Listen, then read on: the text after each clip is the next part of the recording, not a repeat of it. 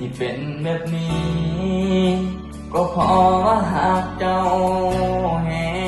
งทุกเศร้าทุกแรงไอแหงนอนพัน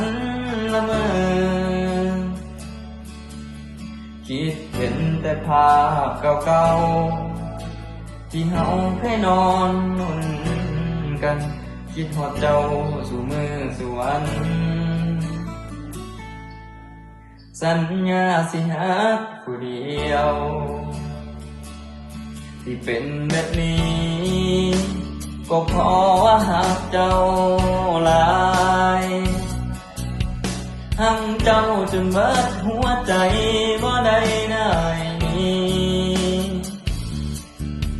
หักเจ้าเท่าชีวิตบ่คิดสิทิม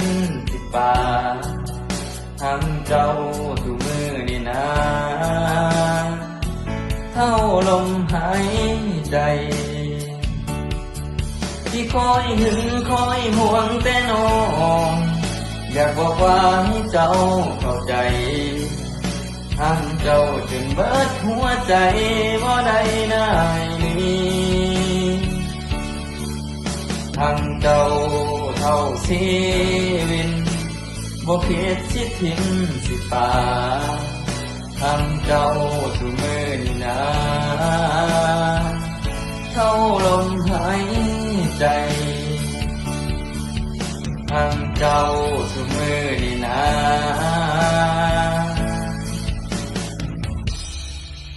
สัญญาสิฮักผู้เดียว